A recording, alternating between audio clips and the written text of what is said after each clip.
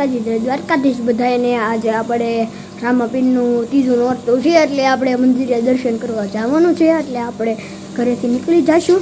મિત્રો આપણે ઘરેથી નીકળી ગયા છે, હવે આપણે મંદિર તરફ જાવી છીએ। ફાઇનલી મિત્રો આપણે મંદિરે પહોંચી ગયા છે ને મંદિરની સામે છે, હવે આપણે મંદિરની અંદર આપણે જઈશું। મિત્રો આપણે મંદિરના દર્શન કરી લીધા છે। હવે આપણે પહેલાં અમારે ત્યાં એક રામાપીરનું જૂનું મંદિર હતું, ત્યાં અમે પહેલાં નેજો ચડાવવા જતા। હવે ફાઇનલી મિત્રો આપણે પીર બાપાએ પહોંચી ગયા છે। હવે આપણે તમને પીર બાપાનો થોડોક નજારો પણ દેખાડી દઉં।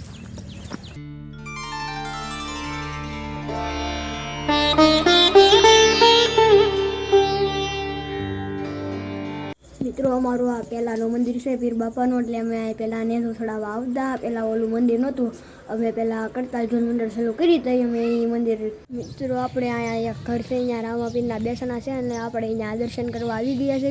અને અષાઢી બીજ હોય તો આપણે અહીંથી શરૂઆત કરી મંદિરે, જૂના મંદિરે નેજો ચડાવીને પાછા આપણે અહીંયા વી આવી છીએ। અબીલ ગુલાલવાળા હોય તો આપણે ઘરે નાહીને પાછા આપણે અહીંયા વી આવી છીએ ને સાંજે આરતી કરીને પછી હવે અમે પાછા ઘરે જ આવી છીએ। અને હવે તમને આ ઘરનો રામાપીરનો પણ નજારો દેખાડી દઉં।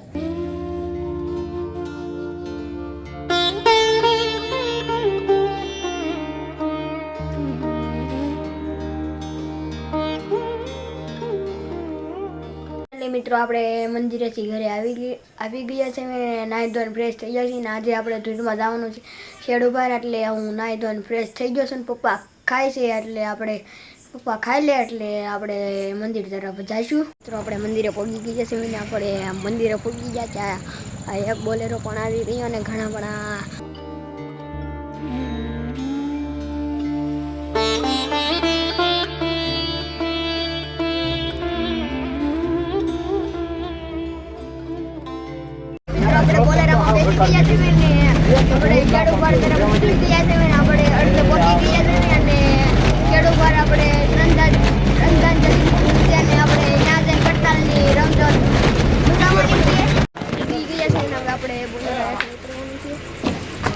દફતર લઈને આવો છો હું સીધો ભણી નથી આવ્યો ને।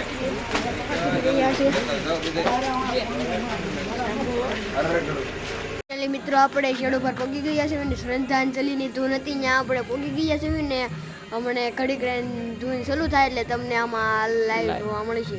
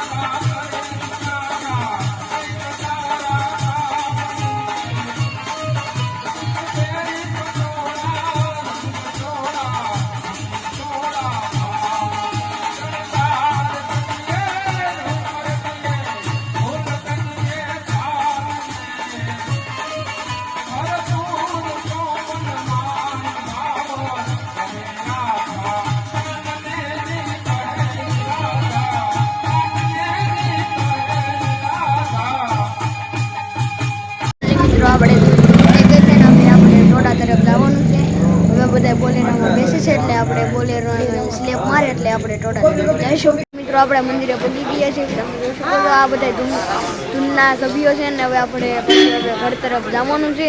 એટલે મિત્રો આપણે ઘરે પહોંચી ગયા છે ને હવે આપણે સુવાની તૈયારી કરીશું અને તમને આ બ્લોગ સારો લાગ્યો હોય લાઈક કરો, શેર કરો, સબસ્ક્રાઈબ કરો અને કોમેન્ટ કરવાનું ભૂલતા જ નહીં. Good bye, by.